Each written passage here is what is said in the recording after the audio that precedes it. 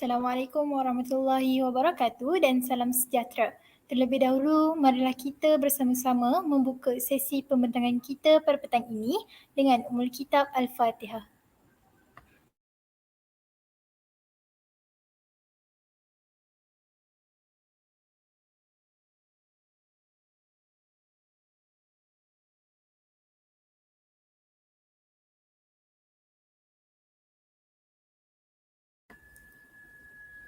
Yang berusaha Dr. Rusmini binti Kok Ahmad, Rektor Institut Pendidikan Guru Malaysia. Yang berusaha Dr. Rosli bin Yaakob, Timbalan Rektor Kanan Institut Pendidikan Guru Malaysia. Yang berusaha Barisan Pengarah Institut Pendidikan Guru Kampus. Yang berusaha Barisan Timbalan Pengarah Institut Pendidikan Guru Kampus. Yang berusaha Penyelaras KPPB Institut Pendidikan Guru Malaysia. Yang berusaha Dr. Razila binti Awang Kamaluddin, Penolong Pengarah Institut Pendidikan Guru Malaysia, merangkap Task Force KPPB. Yang berusaha Puan Ahniza binti Arsyad, Timbalan Pengarah Institut Pendidikan Guru Kampus Perlis, merangkap panel KPPB. Yang berusaha Barisan Ketua Jabatan Kecemerlangan Akademik Kampus. Yang berusaha Barisan Penyelaras KPPB Kampus. Yang dihormati para pensyarah, urus setia Bilik 1, para peserta, siswa guru, seterusnya tuan-tuan dan puan-puan sekalian. Selamat datang ke Bilik Pembentangan 1 bagi sesi yang ketiga bersempena dengan Showcase Kapasiti Pedagogi Pembelajaran Bermakna tahun 2022 Institut Pendidikan Guru Malaysia. Saya Nur Iriani binti Muhammad Kirani selaku moderator dari Institut Pendidikan Guru Kampus Perempuan Melayu akan bersama-sama anda sepanjang sesi pembentangan berlangsung.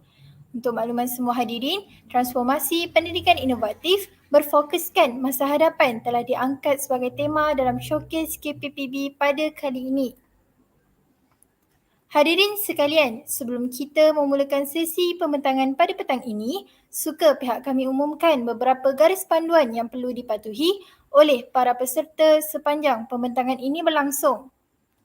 Video sesi pembentangan akan dimainkan selama 10 minit. Selepas sesi pembentangan, sesi maklum balas peserta bersama Task Force akan dijalankan dalam masa 10 minit. Loceng pertama akan dibunyikan pada minit ke-8, manakala loceng kedua akan dibunyikan pada minit ke-10 yang menunjukkan sesi bersama Task Force telah berakhir. Peserta perlu meneliti mikrofon agar berada dalam keadaan baik bagi mengelakkan daripada berlakunya sebarang gangguan. Peserta hendaklah mengelakkan diri daripada melakukan provokasi yang menyentuh isu-isu sensitif dalam masyarakat sepanjang sesi pembentangan berlangsung. Oleh itu, pihak penganjur berharap agar para peserta dapat memberikan kerjasama dan komitmen yang baik sepanjang sesi pembentangan berlangsung. Sesi pembentangan pada petang ini akan dimulakan dengan pembentangan KPPB dari peserta Institut Pendidikan Guru Kampus GAYA yang diwakili oleh Saudari Nur Akilah Husna binti Yahya, Saudari Fizatul Azwani binti Basahali, Saudara Ahmad Faizal bin Ahmad Taridi dan Saudara Rubik Sumail yang membawa idea utama Kreativiti Kritis Nadi Karya Bermakna di bawah bimbingan Dr. Rozani binti Ahmad dan Encik Hafifi Hafiz bin Horis. Tanpa membuang masa, dipersilakan kumpulan pertama untuk mempersembahkan pembentangannya.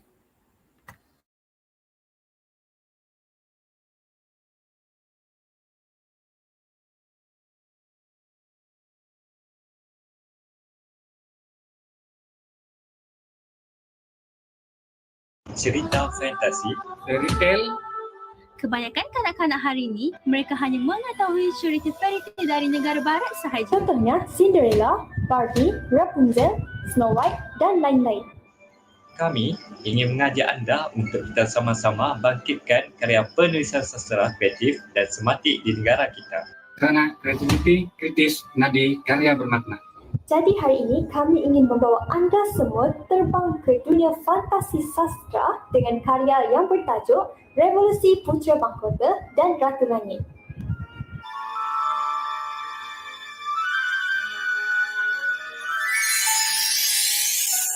Assalamualaikum dan salam sejahtera saya ucapkan kepada semua. Kumpulan kami akan membentangkan KPPB iaitu Kapasiti Pedagogi Pembelajaran Bermakna bagi mata pelajaran penulisan kreatif kanak-kanak dan semantik bahasa Melayu. Kami dari kumpulan PISMP BMSK1 semester 3 tahun 3 ambilan Jun 2019. Mata pelajaran ini telah diajar oleh Dr. Rozani binti Ahmad dan Encik Hafifi bin Horitz. Kumpulan kami diberi nama iaitu Metaforisma. Berikut merupakan ahli-ahli kumpulan kami, iaitu yang pertama Akilah Husna, yang kedua Rubek Smile, dan yang ketiga Ahmad Fazal, dan yang keempat saya sendiri, Fizatul Azumi. Hasil pembelajaran yang telah kami dapati dalam mata pelajaran BMMB 3103 iaitu yang pertama, kami dapat menghasilkan karya kreatif berdasarkan kebolehan berfikir secara kreatif dan kritis. Kami dapat menilai hasil karya kreatif secara efektif dalam pembentangan kumpulan. Kami dapat menganalisis perubahan semantik dalam peribahasa secara kritis. Dan kami juga dapat menghasilkan teks menggunakan teori semantik sebagai bahasa dalam pembentangan secara berkumpulan. Seterusnya kita pergi kepada kerangka konsep KPPB. Cerpen yang telah kami hasilkan bertajuk Revolusi Pucuk Mahkota dan Ratu Langit. Berdasarkan KPPB ini, iaitu telah menggabungkan dua mata pelajaran iaitu penulisan kreatif sastra kanak-kanak dan semantik bahasa Melayu. Kami telah menggunakan peribahasa yang tinggi tampak jauh, yang dekat julung bersua. Dalam cerpen ini kami telah menggunakan teori semantik, teori logik simbolik. Kandungan yang terdapat dalam cerpen ini ialah tema, persoalan, watak, latar, plot, teknik, gaya bahasa, nilai bunyi dan pengajaran. Bagi semantik bahasa Melayu, kami telah menggunakan peringkat analisis dalam menghasilkan karya cerpen ini, iaitu peringkat semantik, sintaktik dan pragmatik. Kreativiti kritis nadi karya bermakna ini merupakan fokus B-idea kapasiti pedagogi pembelajaran bermakna yang melibatkan pembelajaran BMMB 3103 iaitu pengajaran penulisan kreatif sastra kanak-kanak dan mata pelajaran BMMB 3123 iaitu semantik bahasa Melayu. Baiklah, seterusnya elemen big idea yang dapat dicapai oleh pelajar melalui kerja khusus ini adalah yang pertama, dapat mempertahankan warisan bangsa dengan penghasilan karya yang diingati. Baiklah, jadi sebagai bakal guru bahasa Melayu, saya dapat mempertahankan warisan bangsa iaitu peribahasa itu sendiri yang merupakan ujaran orang Melayu yang memiliki makna leksikal yang diungkapkan secara kiasan dalam menyampaikan makna. Jadi, dengan membawa elemen peribahasa tersebut kepada satu bentuk karya yang dapat diingati oleh murid. Seterusnya, elemen yang dapat dicapai ialah membentuk satu variasi baharu untuk peribahasa agar mudah difahami. Guru mampu menjadikan maksud peribahasa ini lebih mudah diingati, difahami dan ditelajani oleh kanak-kanak melalui penghasilan cerpen. Kanak-kanak ini akan lebih tertarik untuk membaca cerpen tersebut kerana mempunyai pelbagai bahan visual. Oleh itu, makna peribahasa tersebut akan lebih mudah difahami oleh kanak-kanak yang sifatnya minat akan cerita fantasi. Penyampaian makna peribahasa tersebut akan lebih jelas difahami dengan penghasilan cerpen ini. Menjadikan guru yang kreatif dan kritis dalam menghasilkan karya. Guru yang kreatif dan kritis ini juga akan mampu menghasilkan lebih banyak karya kreatif seperti puisi dan drama kanak-kanak untuk dijadikan bahan pengajaran. Menerusi penulisan, idea dapat disumbangkan untuk mengembangkan minda dan menyalurkan ilmu kepada masyarakat. Generasi muda perlu digalakkan melahirkan karya kreatif seperti cerpen ke arah meningkatkan budaya membaca dalam masyarakat. Meningkatkan kepelbagaian bahan pengajaran yang kreatif, menarik dan memenuhi nilai tambah murid. Jadi salah satu penilaian faktor kejayaan PDP guru bahasa Melayu juga adalah melalui kepelbagaian bahan pengajaran yang kreatif, menarik dan memenuhi keperluan tata bahasa dan kosakata yang pelbagai, serta bermanfaat kepada pengetahuan dan kemahiran nilai tambah murid bukan sahaja ketika di dalam kelas tapi juga di luar bilik belajar. Baiklah, ini merupakan kemahiran yang diperoleh. Terdapat 8 kemahiran, iaitu kemahiran yang pertama, kemahiran komunikasi, kemahiran mengurus maklumat, kemahiran menakul, kemahiran mengilustrasi, kemahiran berfikir, kemahiran ICT, pemikiran kritis dan kemahiran menganalisis. Seterusnya, model pembelajaran pelajar. Terdapat 3 elemen di sini iaitu aspirasi, perhubungan dan belajar cara belajar. Yang pertama, aspirasi iaitu asas sosial yang penting yang sentiasa memerlukan tujuan dan makna dalam hubungan dengan orang lain. Jadi sepanjang kami menyiapkan tugasan ini, kami banyak menjalinkan hubungan dan berinteraksi dengan individu lain tentang peribahasa yang telah kami pilih untuk mendapatkan maklumat yang lebih tepat. Peribahasa yang telah kami pilih iaitu yang tinggi tampak jauh, yang dekat julung bersua merupakan peribahasa yang jarang didengar dan jarang diguna pakai oleh masyarakat dalam kehidupan seharian mereka. Jadi kami percaya setiap orang memiliki cara pemikiran dan kefahaman yang berbeza. Oleh itu, melalui interaksi sosial yang telah kami wujudkan dengan ramai orang, kami mendapat idea yang lebih, pengetahuan yang luas serta pandangan yang berbeza berkaitan peribahasa tersebut. Maklumat yang telah kami peroleh daripada pelbagai individu membantu kami dalam mengolah penulisan serta menjadikan penulisan kami lebih kreatif dan kritis. Baiklah, elemen kedua perhubungan iaitu pencapaian murid dipengaruhi oleh jangkaan murid terhadap diri sendiri dan persepsi orang lain terhadap diri mereka. Jadi sepanjang proses kami menyiapkan tugasan ini, kami sentiasa menjaga komunikasi dengan individu lain untuk mendapatkan maklum balas yang lebih berkesan dengan komunikasi dua hala yang diwujudkan. Elemen yang ketiga iaitu belajar cara belajar. Pelajar bertanggungjawab terhadap pembelajaran dan memahami proses pembelajaran. Jadi sepanjang kami menyiapkan tugasan ini, kami belajar cara untuk mendapatkan maklumat, mengumpul maklumat, menyiapkan maklumat serta menyebarkan maklumat tersebut. Sepanjang kami menyiapkan tugasan ini juga, kami banyak menggunakan pelbagai teknologi serta aplikasi-aplikasi yang membantu kami untuk menyiapkan tugasan ini sebaik mungkin. Seterusnya iaitu elemen pengajaran bermakna 6C. Yang pertama, karakter, fasiah. Pelajar aktif mendapatkan maklum balas untuk meningkatkan kefahaman, corak pemikiran dan pendekatan pembelajaran teori semantik dan peribahasa dalam penulisan karya kreatif. Yang kedua, citizenship, kewarganegaraan. Pelajar selesa untuk membentuk perspektif sendiri dalam menganalisis isu. Pelajar bebas memilih dan menganalisis konteks makna peribahasa yang digunakan dalam penulisan karya kreatif. Yang ketiga iaitu kolaboratif. Pelajar mengambil tanggungjawab aktif secara individu dan kolektif untuk memastikan kerjasama berkesan dengan pensyarah bagi menghasilkan karya kreatif dan kritis yang bermakna. Yang keempat iaitu komunikasi. Pelajar mahir berkomunikasi secara koheren semasa membentang karya kreatif dan menggunakan unsur digital bagi meningkatkan kecekapan, kualiti dan nilai komunikasi. Yang kelima iaitu pemikiran kritis, critical thinking. Pelajar berfikir dan saling bekerjasama melalui perkongsian pemikiran dan intuitif dan sinergistik agar penggunaan tema peribahasa bersama teori semantik disesuaikan. Yang keenam iaitu kreativiti. Pelajar boleh mencari idea yang asli dalam menghasilkan penulisan kreatif dan kritis agar fleksibel, berdaya maju, kreatif, inovatif, realistik dan membantu guru dalam proses PDP Bahasa Melayu. Seterusnya, model 3E iaitu engagement, enhancement dan extension. Apakah yang dimaksudkan dengan E yang pertama iaitu engagement atau keterlibatan? Penggunaan teknologi dapat meningkatkan rekaan belajar, bertukar pendapat, berkongsi idea dan mendapatkan inti berkaitan peribahasa yang dipilih serta plot cerita yang hendak dibina melalui rakan-rakan dari IPG lain dan para pensyarah bahasa Melayu yang lain. Enhance atau peningkatan pula ialah teknologi dapat membantu pelajar meningkatkan pelbagai pengetahuan berkaitan penciptaan cerpen yang lebih memutu, penulisan dan penerbitan yang lebih meluas seperti menggunakan gambar, e-book dan sebagainya. Manakala E yang terakhir ialah extend atau perluasan. Penggunaan teknologi dalam penghasilan dan penerbitan cerpen ini membolehkan hasil karya dapat disebar luas dengan lebih pantas melalui pelbagai rangkaian media massa dan jaringan seperti WhatsApp, Instagram, TikTok dan sebagainya.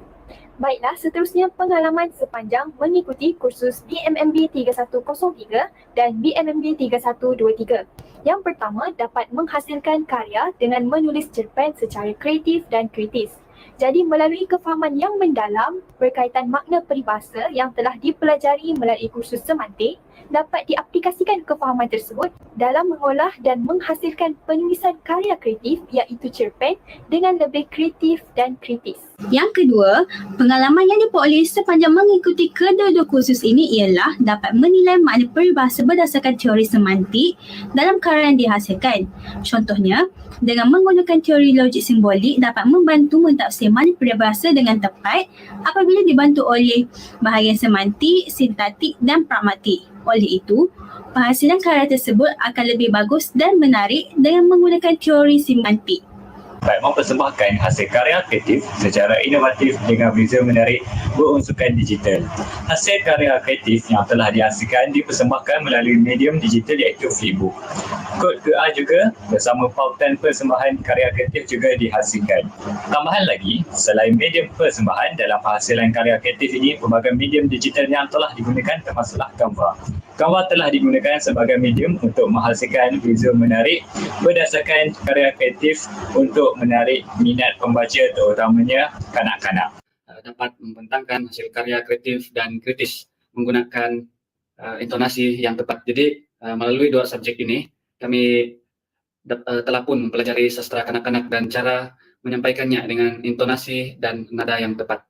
Seterusnya, saya akan menerangkan aktiviti pembelajaran menggunakan kata kunci WHERETO iaitu WHERETO. W ialah ke mana arah tujuan. Ke mana arah tujuan memberi peluang kepada pelajar mengaitkan kajian teori semantik dalam analisis peribahasa untuk menghasilkan karya kreatif cerpen kanak-kanak. H pula, menarik minat pelajar dengan mengaplikasikan pelbagai strategi dan bahan baharu iaitu dalam tugasan ini melibatkan penghasilan karya kreatif kanak-kanak. Manakala E pula ialah meneroka dan mengalami idea. Hal ini adalah melalui pengaplikasian analisis peribahasa dalam menghasilkan cerpen kanak-kanak dengan mencuba lebih dua strategi dalam mencapai matlamat. R pula ialah ruang dan peluang pelajar. Menjadikan ruang pelajar berfikir semula dan menyemak semula penggunaan pelbagai rujukan dalam menyelesaikan masalah. Seterusnya, E pula ialah ruang menilai kerja. Ruang pelajar menilai kerja mereka melalui perbincangan. T pula ialah sesuai dengan kebolehan. Sesuai dengan kebolehan dan latar belakang pelajar serta menyalahkan keupayaan pelbagai kecerdasan dalam penyelesaian masalah seperti logik dan visualisasi. Akhir sekali, O. O ialah pelibatan pelajar maksimum dan berkesan. Pelajar menggunakan sehabis baik pengetahuan dan kemahiran yang diperolehi secara individu dan kolektif untuk menghasilkan karya dan mempersembahkannya dalam bentuk digital. End product, cerpen yang telah dihasilkan ini bertajuk Revolusi Putra Mahkota dan Ratu Langit. Cerpen ini dibina menggunakan aplikasi Canva dan dipersembahkan dalam bentuk flipbook. Berikut merupakan link dan QR code untuk mengakses flipbook ini. Cerpen ini terdiri daripada 12 halaman dan diselipkan gambar atau visual untuk menarik minat pembaca. Jadi kami menggunakan 3 jenis pelantar media sosial yaitu WhatsApp, Instagram, dan TikTok. Ini merupakan bukti perkongsian karya tersebut dengan khalayak ramai melalui media sosial. Dan berikut merupakan maklum balas yang telah kami terima. Dan secara keseluruhannya, karya ini mendapat sambutan yang amat memberangsangkan serta respon yang positif dari orang ramai. Baiklah, berakhirlah sudah pembentangan e-showcase kapasiti pedagogi pembelajaran bermakna oleh kumpulan kami. Kami berharap semoga apa yang telah kami sampaikan memberi manfaat kepada anda semua. Sekian, terima kasih.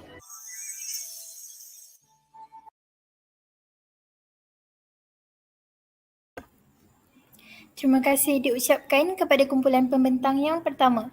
Seterusnya, saya mempersilakan yang berusaha Dr. Razila binti Awang Kamaluddin, penolong pengarah Institut Pendidikan Guru Malaysia, merangkap Task Force KPPB, dan yang berusaha Puan Aniza binti Arsyad, Timbalan Pengarah Institut Pendidikan Guru Kampus Perlis, merangkap panel KPPB bagi sesi maklum balas. Dipersilakan.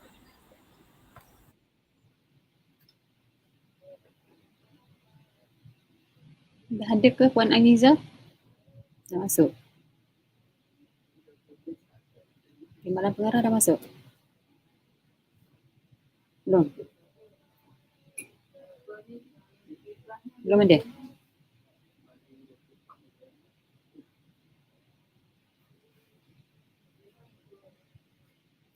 Saya ada lagi. Tak apa. Kalau macam tu saya mulalah ya. Okay, baik. Bismillahirrahmanirrahim. Assalamualaikum warahmatullahi wabarakatuh. Terima kasih moderator Cik Iriani daripada IPG Kampus GAYA. Siapa tu? Pertamanya saya ucap tahniah dan syabas kepada semua ya rakan-rakan Iriani ni, iaitu siapa? Farah, Hana ya, dan Fizatul dan juga Ahmad Faizal ya, di atas perkongsian, pembentangan yang sangat menarik, yang sangat ceria, yang nampak karakternya, pembentang-pembentangnya yang di sini ya. Dan tahniah dan terima kasih juga kepada pensyarah-pensyarah pembimbing yang membimbing tim Bahasa Melayu ini ya. BMB 3103 dan BMMB 3103 dan BMMB 3123.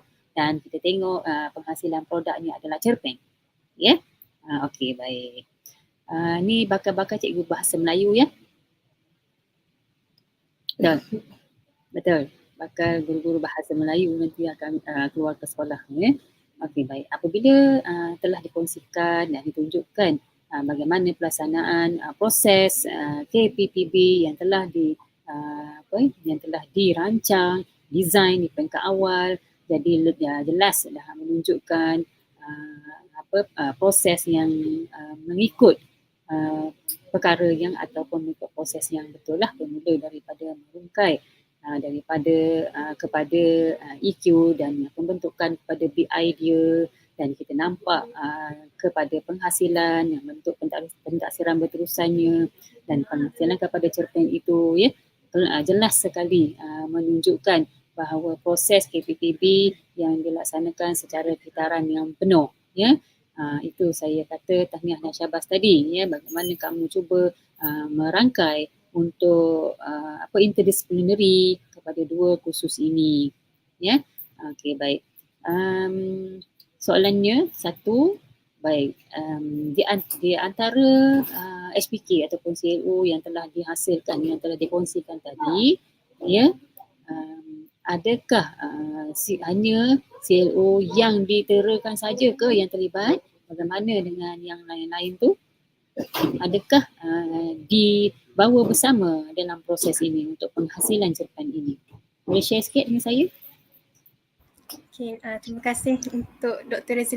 Razila atas pertanyaan tersebut. Izinkan saya untuk menjawab.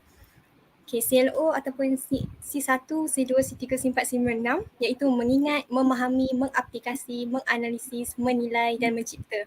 Okay, jadi untuk kita sampai ke aras yang paling tinggi iaitu C6, mencipta, saya yakin akan tercapai sisi yang di bawahnya iaitu C1, 2, 3 sehingga dah C5. Jadi apa yang kami hasil pembelajaran iaitu C6, mencipta. Dengan kami mencipta hasil produk tersebut, saya yakin setiap aras ataupun C itu amat jelas ditunjukkan dan capai dalam proses sepanjang kami menyiapkan kerja khusus ini. Okey, itu apa yang dapat saya. Terima kasih. Itu C ya. Okey, baik. Saya tadi kamu menggunakan HPK ya? MK ke RMK? MK ke RMK? RMK. RMK. Ya. Ya, hasil pembelajaran khusus. Itu saya masukkan tadi. Adakah semua kamu punya RMK, HPK itu tadi kamu telah pakai telah dilihat, telah dirungkai semuanya? Itu maksud saya tadi. Adakah yang kamu dah highlightkan kuning itu, adakah pencapaian daripada hasil daripada maklumat khusus itu tadi telah dirungkai semuanya? Ya. Betul. yang tidak ada tinggalan ya. Okey, baik. Bila lihat daripada interdisciplinary dua khusus ini, sebenarnya dah nampak saya bertanya itu, saya ingin mengenal pasti adakah kamu pasti dengan apa yang telah dimasukkan di dalam MK kita itu ya. Apa yang ada di dalam maklumat khusus itu semuanya telah dirungkai, telah dicapai hasratnya ya. Jangan tidak adalah yang tertinggal dekat situ ya, semua kita tafsirkan. Baik.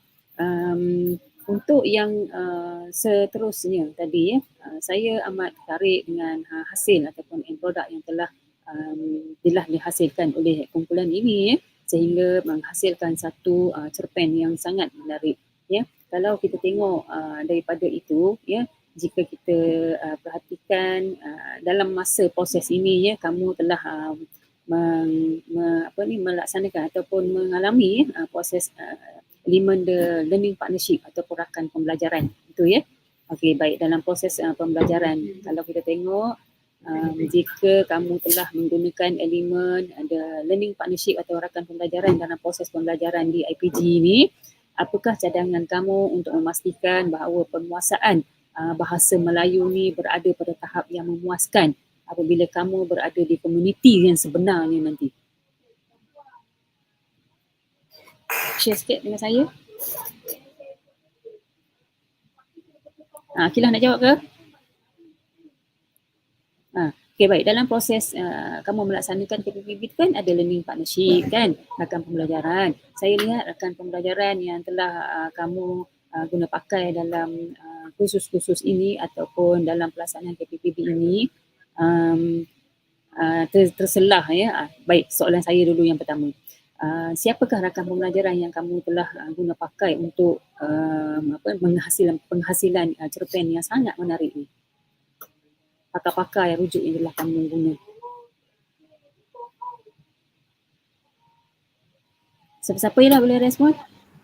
Saya beri laluan kepada saya menjawab soalan. Baik. Jawab. Okay. Zatul.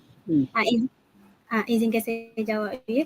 Okey, berdasarkan soalan tadi, rakan pembelajaran yang telah saya gunakan untuk utamanya ialah pensyarah. Okay, di mana pensyarah kami akan bertanya dalam produk kami tu kami akan bertanyalah maklumat yang kami dapat tu sama ada betul atau tidak. Memang pensyarah lah sebagai rakan pembelajaran utama. Lepas tu yang kedua rakan sebaya kami sendiri.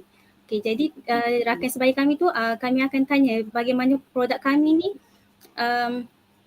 dapat memberi kesan kepada mereka, dapat mereka fahamkan penghasilan karya yang kami hasilkan. Jadi itu antara rakan pembelajaran yang telah kami gunakan. Pakar rujuk yang kamu gunakan untuk dalam tim ni?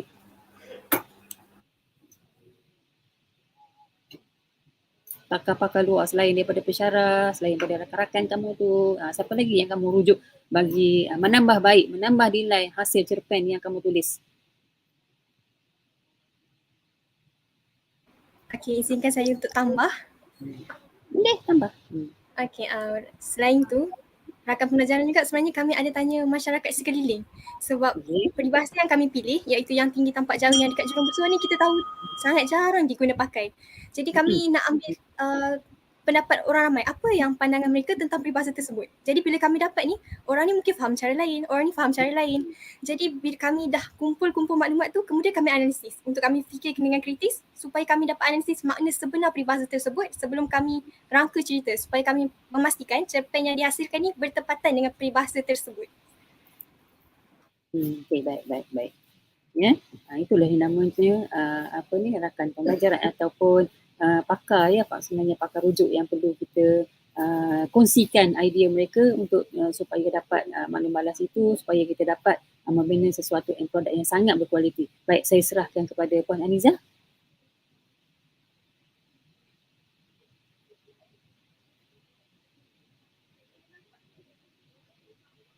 Belum? Okey, baik. Ada sikit lagi masa ya. Okey, saya sambung sikit lagi tadi ya. Baik, baik, kamu adalah bakal cikgu bahasa Melayu di sekolah nanti ya. Kalau kita tengok, saya keluar sikit pada soalan yang lebih beyond lah ya. Sebab peringkat ini kamu akan berdepan dengan masalah sebenar yang kamu berada di dalam dunia sebenar nanti ya.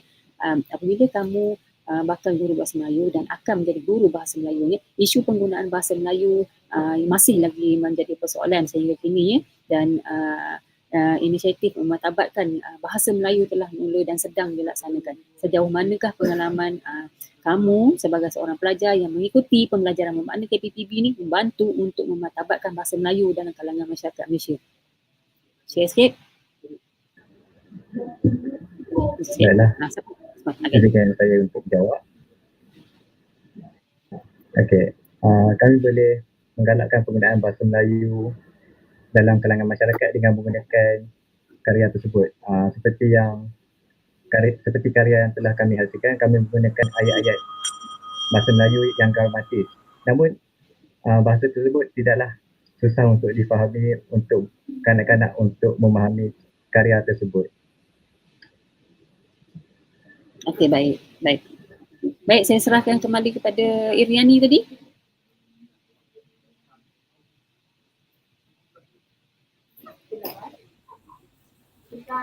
Terima kasih diucapkan kepada panel Task Force atas sesi maklum balas sebentar tadi.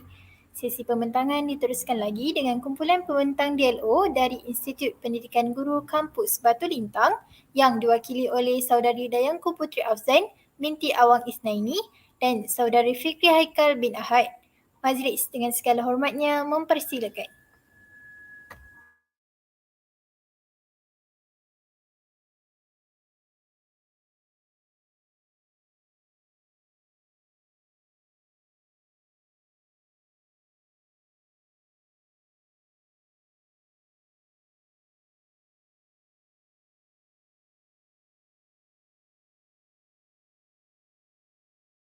Backward design in practice. This is a showcase of a KPPB DLO collaboration by our Jabatan Ilmu Pendidikan and Jabatan Bahasa Institut Pendidikan Guru Kampus Batu Lintang, Kuching, Sarawak. So first of all, I would like to introduce the presenter for today. So the first presenter will be Dayangku Putri Afzan binti Awang Isnaini from TESOL SK1 June 2020 intake, and myself, Fikri Haikal bin Ahad from TESOL SK2 June 2020 intake. So the lecturers for this showcase are Dr. Poon Cheng Yong, Mr. Jamu Anak Gale, Mr. Bernard Anak Asan, and also Miss Ling Kim Lin.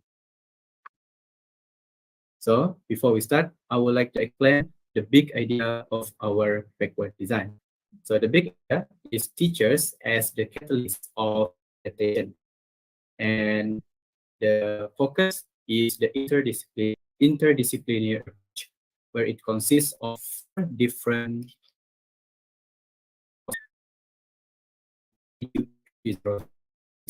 assessment, which is Dr. Poon, EDUP 3.0, and the lecturer is Mr. Jamu, TSLB 393, Language Arts in the Primary Classroom is Miss Lim Kim Lin, and also PRKA 3012, Planning, Teaching, and Learning, supervised by Mr. Gerald. Okay, so these are the integrated course and outcome from the four subjects that consist or fit with each other. The first one is EDUP 3063, which we took number 2, which is plan assessment based on the process of unwrapping the standards and constructive alignment in education, consists of C6, LO1, LO3, CTP, S3. And also number 3, construct various assessment tools in the classroom based on current information from various sources, which consists of C6, A2, LO3, LO6, CTP, S3, and also LL1. For PRKA 3012, we took number 5, which is daily teaching activities, professional learning community, LC strategies by referring to various features, which consist of C6, LO1, LO3, O6, LL1, and CTP S3. For EDUP 3073, we took 4 plan measures to manage culturally classroom management in Malaysia, which consists of C6, A2, LO3, CTP S3. And lastly, TSLB 3093, we took number 5, which is design activities for the teaching of poetry, prose, and also drama to young learners based on strategies or techniques in language arts in groups.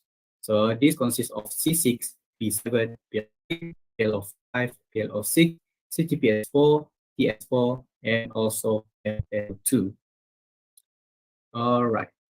So the essential question for each of these subjects, I would like to explain one by one first. For EDUP 3063, assessment in learning, we took these are the essential questions, which are: how do teachers plan assessment for children? How do teachers construct tools for assessment? And also, how do cultural factors influence construction of assessment? For PRKA 3012, planning of teaching and learning, how do teachers plan and design lesson plan using the CEFR aligned lesson plan format? How do teachers use the micro teaching skills in their teaching? And also, how do teachers analyze the strengths and weaknesses of their micro teaching simulation? For TSLB 3093, language art in the primary SL classroom, how do teachers integrate language arts across the curriculum in a primary SL classroom? How do teachers design activities for young learners to achieve optimum literacy? How do teachers select and adapt materials, activities, or techniques for young learners from a variety of sources, and also how can teachers address the issues and concerns among elementary learners via bibliography. And lastly, EDUP 3073, culture and learning. What do we mean by teachers as the catalyst for adaptation in an endemic era? So this is one of the big idea for our showcase. How do we play the role as a catalyst for adaptation in the COVID-19 endemic era? And also to what extent can teachers successfully play their role as catalyst for adaptation in the COVID-19 endemic era? So done with the essential question. Now we're going to undergo one by one based on the backward design in practice. So the first is the unwrapping standard. This is from the EDUP 3063, assessment in education or assessment in learning. And these are the one of the question or one of the tutorial for the particular big idea, which is teacher as the catalyst of adaptation. So the tutorial is to execute the process of unwrapping standards. So based on the example that's provided, this is the answer that we have made based on the examples given. So from this, we can unwrap the standard and from the big idea itself, which is teachers as the catalyst of adaptation. Okay, so next one is the constructing of assessment and instruments. So this one is the second part of the backward design practice, which is to show the evidence based on the big idea. So from constructing assessment materials, we can see what is the suitable or what is the novelty assessment or authentic assessment that can be used to unwrap the standard that we have done in number one just now. And also we must construct all the JSU or test specification table, construct the task question or test item. And also we have to do this based on the learning taxonomy or blue taxonomy. And the last activity is to unwrap the standard and plan our assessment task, which we have done in activity 1 and activity 2, and also in the number 1, which is unwrapping standard just now. And we have to document all our work in a proper learning plan. So next, I would like to pass my presentation to Dayang Putri Alzan. All right, next is planning learning activities. So from here, we actually get an experience to plan certain activities on how to explore short story, poems, and drama for children in language arts. So we actually collaborated with our classmates, and we discussed on certain activities based on the questions on the Google Sites. So this is the questions that we received, and this would be the work that we have done. Next, please. The work that we have done based on how we can exploit short stories in the classroom. So there are a few certain ways that teachers can actually apply the activities in the class. It's just that it's better for teachers to generate a few options for the same objective. Okay, next please. Okay, the fourth one is the management of culturally friendly classroom, which will be explained by Fikri Haikal. All right, thank you, Jen. So for the fourth one is a management of a culturally friendly classroom. We refer from 4 different aspects, which are physical, emotional, social, and also socio-linguistic aspect. So all these 4 aspects will correlate with each other, as different function will have different benefits for the particular classroom management or culturally friendly classroom management itself. So based on the question, these are the answer that we have made based on one of the tutorial from SLB EDUP 3073, culture and learning. So from the physical aspect, we have this, and you also refer to the emotional aspect, we also refer to the social, and also we refer to the socio-linguistic. So when we have already unwrapped the standard and we already made the assessment material and we have planned or we have made the learning activities, now we on to the management of the culturally friendly classroom so that the classroom is well managed and it's also friendly for all the teachers and students in the classroom. And the last one will be presented by Kayangku Putri Hamzat on lesson planning. Okay. The fifth part is lesson planning. So as we have unwrapped the standards and we have measured the assessment, and also we have generated several activities for the classroom. And after we considered the culturally friendly part of the classroom, next we would move on to the lesson planning, because this is where we apply everything that we have obtained from the previous steps into a real lesson plan. So here, to write or to create a lesson plan, an effective lesson plan, we have learned on the SMART lesson plan skills. So in line with the CFR aligned curriculum in Malaysia, the CFR guidebook help teachers to understand the fundamentals of the lesson planning in ESL classroom in Malaysia.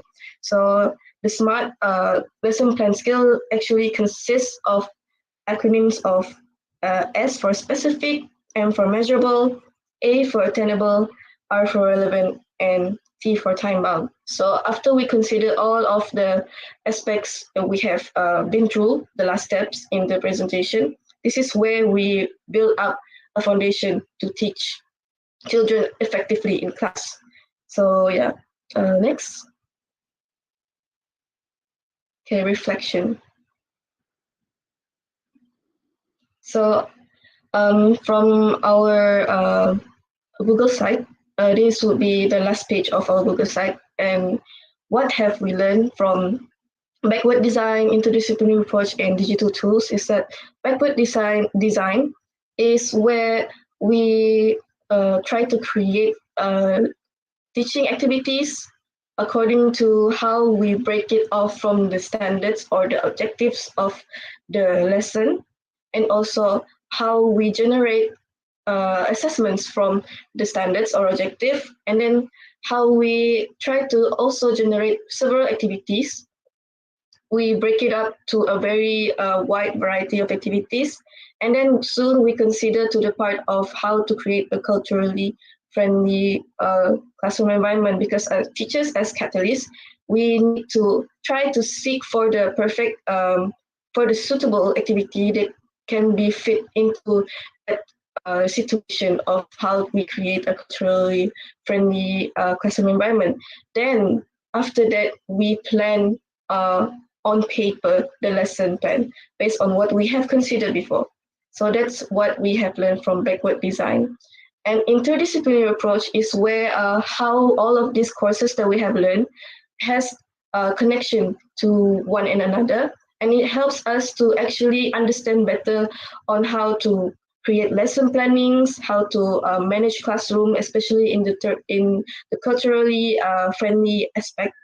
And also the last part is digital tools, is whereby we try to collaborate with each other to create this presentation, as well as we use a lot of resources on the internet to create or to complete the task given to us.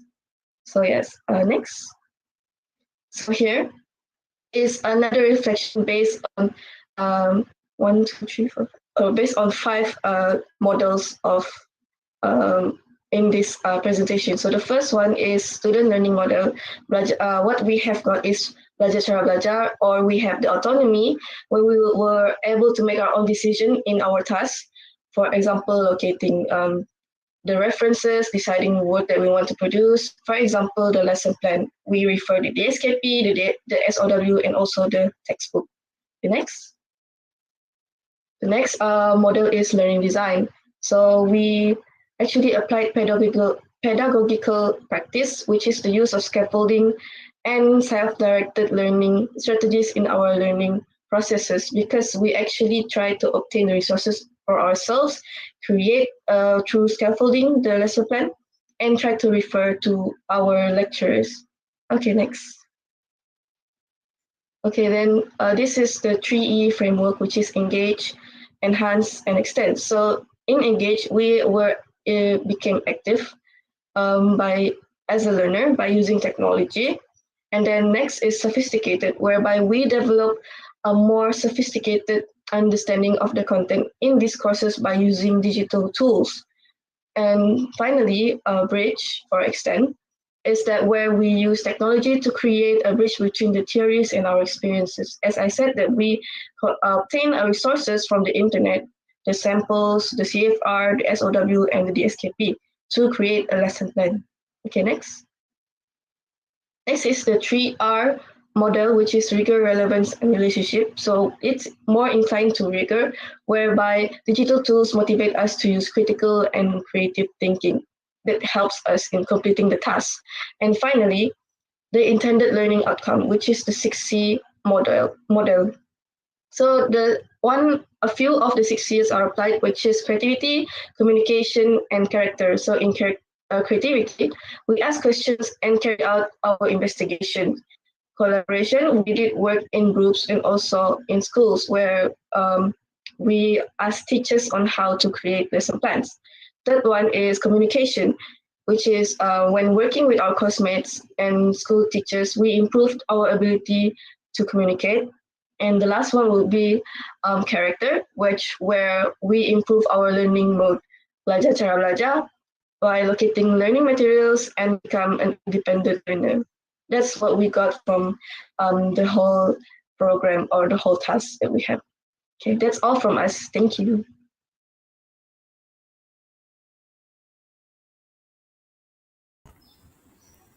Terima kasih diucapkan kepada kumpulan pembentang yang kedua. Seterusnya saya mempersilakan yang berusaha Dr. Razila binti Awang Kamaluddin, penolong pengarah Institut Pendidikan Guru Malaysia, merangkap Task Force KPPB, dan yang berusaha Puan Aniza binti Arsyad, Timbalan Pengarah Institut Pendidikan Guru Kampus Perlis, merangkap panel KPPB bagi sesi maklum balas. Dipersilakan.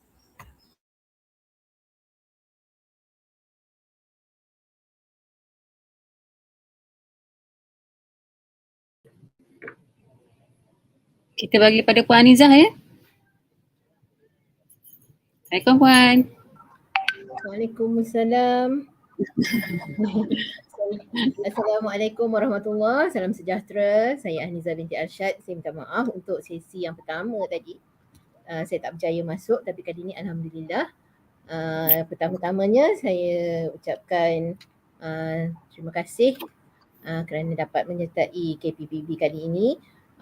Tahniah diucapkan kepada kumpulan pembentang. Tadi ada 2 pembentang ya, iaitu Fikri Haikal dan Dayang Putri. Okay. So tahniah, saya nampak mereka begitu menguasai sekali apa yang mereka bentangkan. Okay. Dan yang penting sekali saya melihat dari segi aplikasi model KPPB tu 6C, 3R dan 3E tu jelas bagi mereka. Cuma saya nak tahulah sedikit mengenai yang mereka sebut Smart Lesson Plan tu.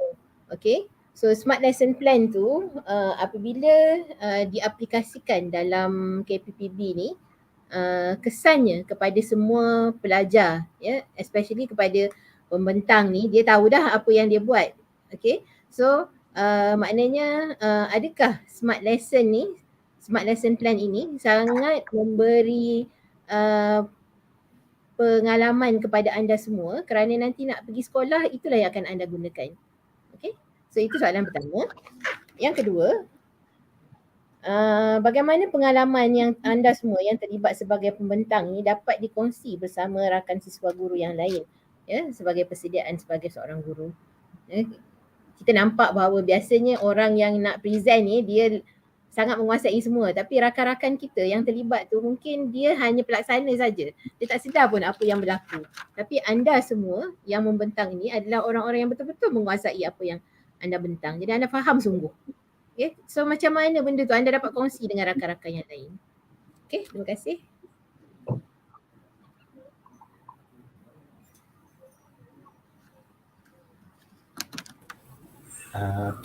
Assalamualaikum dan selamat petang saya ucapkan kepada ahli panel and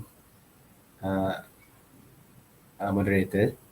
Alright, so izinkan saya untuk bercakap dalam bahasa Inggeris or can I speak English or I just continue with Malay language? Is it possible for me to speak in English? Mana yang selesa? Alright, so I would like to speak in English then. Alright, so for the first question, which is about how the smart lesson plan can help me and also the student teacher or the teacher trainee, especially during our practicum later on, which is how can the smart lesson plan will help teachers in understanding the fundamentals of the lesson plan, especially for us, the ESL classroom, which is for the English classroom language in Malaysia. So for me, when writing a smart lesson plan, it helped us to be more organized and it helped us to be more, how we call it, more creative in managing a lesson plan, which is not simply just a normal learning where only the teachers will talk at the front and the students will simply listen for it. But if we manage if we do the smart lesson plan well, we can also make the students more engaging, more actively engaging in the class, which help them to be more active and more independent later on, as they will not be dependent on their teacher themselves. So that's for question 1 regarding the smart lesson plan. And also for the lesson question number 2, which is, what do we call it? Puan Aliza, can you repeat the second question once again?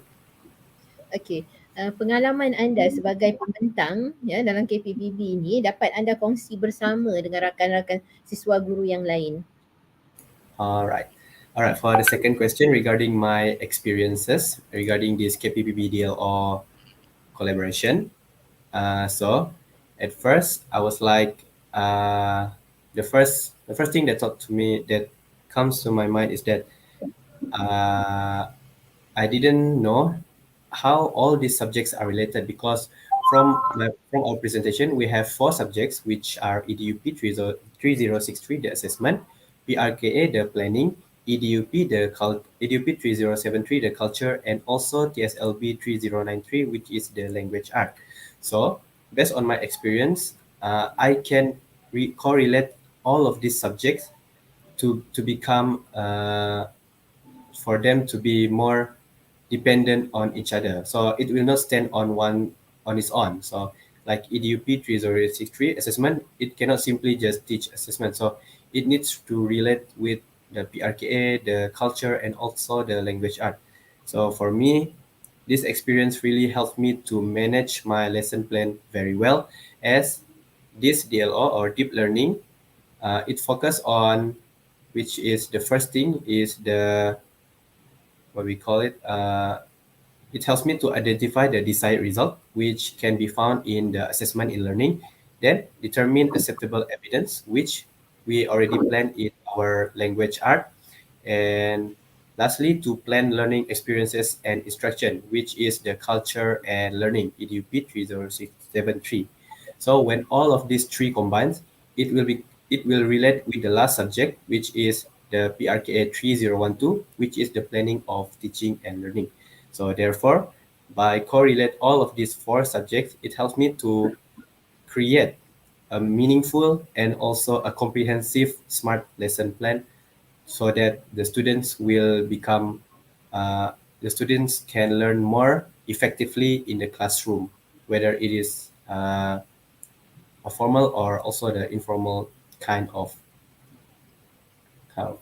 learning. Yes. So that's all for both questions. Thank you.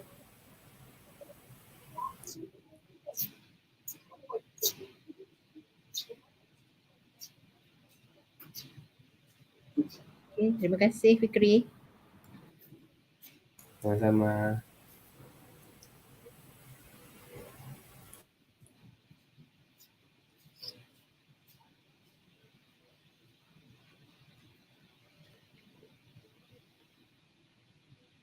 Ada lagi ke masa tu? Ada point? Boleh lagi? Puan Anissa ada lagi ke soalan?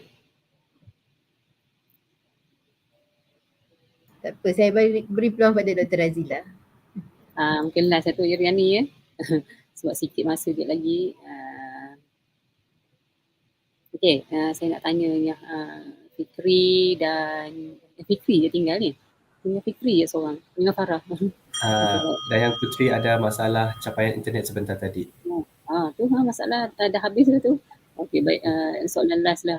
Daripada pengalaman kamu melaksanakan DLO, sepatutnya kamu dengan pensyarah yang melaksanakan ni ya.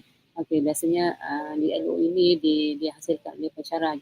Jadi sekarang untuk IPG ini Fikri yang mengelolakan bersama dengan Farah ya. Berdasarkan kamu mengikuti ataupun telah melaksanakan KPPB ini ya, bagaimana kalau di sekolah nanti kamu sebagai seorang guru untuk memanfaatkan pembelajaran baru ini kepada anak murid, dan macam mana kamu tahu kamu dah capai kepada elemen citizenship itu sendiri. Masih siap dengan saya? Dayang Putri, capaian internet baik kah? Kalau tidak, saya boleh menjawab bagi pihak dia. Farah tak keluar suara lagi tu? Farah bukan menjaga masa. Fikri. Saya menunggu Dayang Putri untuk menjawab. Sekiranya dia tidak dapat menjawab, maka saya akan menjawab bagi pihak dia lah. Masa talian dia tu, Fikri, konsultasi Okay Fikri. Boleh. Okey, jadi bagaimanakah saya memanfaatkan how can I implement this DLO or KPPB when I become a real teacher in the future, is that it all depends on one thing, which is for me it's the advance of technology itself, because we cannot done this DLO or KPPB without the help of internet, because all of these are mainly geared towards online learning, or it's not like online learning, it's like learning using technology itself with the help of technology. So for me, how can I implement fully this DLO is that I must first have a good plan of assessment, which is in assessment e-learning, and then I need to manage my classroom so that it is a culturally friendly environment, because in the classroom there are many kinds of students which comes from different background and different religion and all of that. So I need to manage my classroom very well. And then I need to plan my language arts activity so that it will not be boring for the children or the young learners, and it helps them to be more actively engaging in the classroom. And lastly, when I have all of that, I can manage my smart lesson plan so that I can fully use the 1 hour, which is the standard learning in the class, so that I can fully maximize the 1 hour time for students to fully develop their English language skills. So yes, that is the function of DLO. Fikri, Puan Anizah ya, kita sudah lihat betapa pelajar kita mempunyai karakter sendiri ya, untuk menyampaikan cara pembelajaran yang telah mereka terima ya. Terima kasih dan tahniah kepada Fikri dan juga tenaga pengajar yang membantu berbungkus rumus menyediakan PDP ini sebagai platform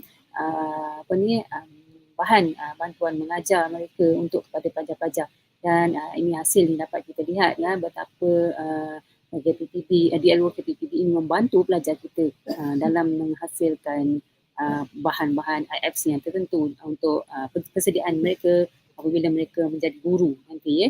Itu saja saya serah pada Iriani ya. Terima kasih juga kepada Puan Anizah untuk petang ini. Terima kasih, saya serah Iriani. Terima kasih diucapkan kepada panel Task Force atas sesi maklum balas sebentar tadi. Hadirin sekalian, dengan berakhirnya sesi maklum balas sebentar tadi, maka berakhirlah pembentangan sesi yang ketiga di Bilik 1 Showcase KPPB pada petang ini.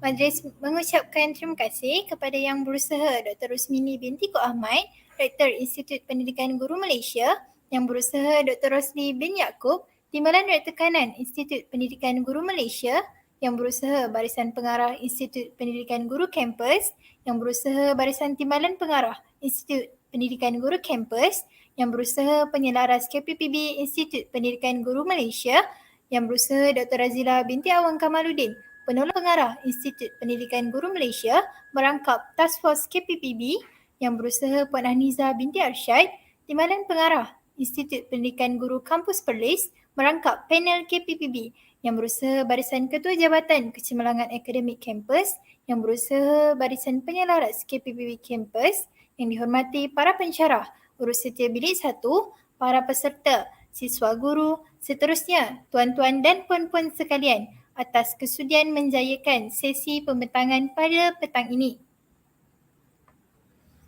Hadirin sekalian, bunga seroja di atas para jatuh ditimpa buah berangan. Andai kata tersilap bicara, kemaafan jua kami pohonkan.